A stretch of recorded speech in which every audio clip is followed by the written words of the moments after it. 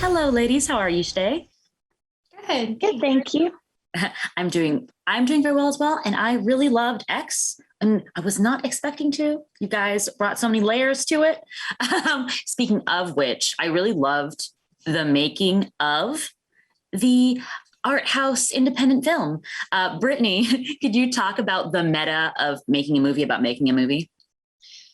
Sure. Yeah. I mean, I think that's probably some of my favorite scenes to film. I mean, the whole experience was great because I was working with fantastic people and incredible, talented performers. But I think the meta sort of making of the film was really funny because Ty and I talked a lot about making sure that these people really want to be successful entrepreneurial performers. And so they're not making a bad movie and it shouldn't be viewed as such. And so riding that very fine line of taking it seriously, but it also being kind of funny because we do take it seriously, but it shouldn't be over the top, I think was a really funny thing to play with. And it's just some of my favorite things to see also because it was done in such an accurate way in terms of like the Super 8 and the 70s sort of feel.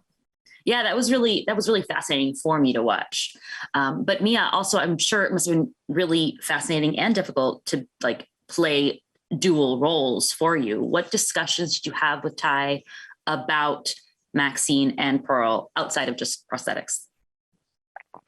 Yeah, I mean, we spoke for hours about this. That was one of the something that was really enjoyable was the prep that I had with Ty and getting to know him, and it really became a collaboration. We were talking daily for a good couple of months before I ever met him in New Zealand, where we ended up shooting the film, and we spoke at length about the fact that they're very much the same woman. They carry the same essence, and they're just at different life stages and a product of different circumstances and life choices ultimately. But their spirit is the same, and when they come across each other for the first time, it's quite unsettling for Maxine, but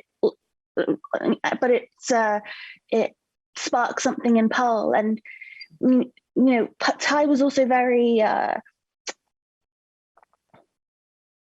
giving with Pearl and Maxine and what I wanted to do with her. He really trusted me immensely with that, and so I did my own prep and I brought it to him, and he essentially said whatever feels good for me will work for him. So that was a lot of fun.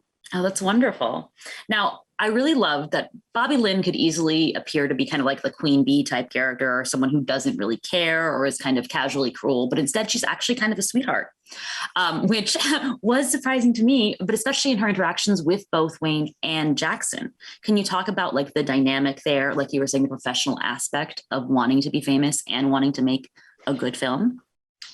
Sure. I mean, I always viewed Bobby Lynn as someone who had entrepreneurial sort of views about life. And because she does, she views everybody who's making the film as a part of her plan, and she values and respects them. And I think that it would be easy to make her one dimensional, like either stupid or mean or something like that. But I think, we use Dolly Parton as a really good reference in terms of someone who is very much in control of the lens in which people see them, and also using it to their advantage. And I think it was really fun to get to play with those levels. And I kind of always viewed Maxine as almost like a sister in this because I respected her. So yeah, it was nice. Oh, I love that. Speaking of Maxine, even though we don't get to see like anyone's backstory really, hers is maybe the most mysterious throughout the film. So Mia, can you talk about Maxine sort of stepping into this world and why she thinks this is the right avenue for her to utilize her X factor?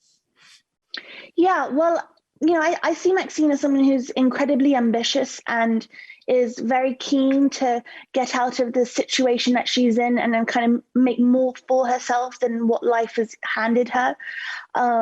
And she's, been trying. She's explored a ton of different options, and her and Martin have gone to tons of different ventures, and nothing's quite worked. But there's a perseverance there, and just a knowingness that she deserves more and that she's willing to work for it, and really nothing's going to get in her way. And I guess that sort of that veil of mystery is more just her it can be mistake. It's really not mystery. It's actually just she's just so focused and keyed in on what this opportunity could mean for her. And I guess that's why at times she kind of seems to not really be a part of the group, or she's kind of just in her own head, because the weight of the opportunity isn't lost on her. Absolutely. Well, thank you both so much. I really enjoyed watching the film, and you guys did a great job with the screams and gory scenes as well.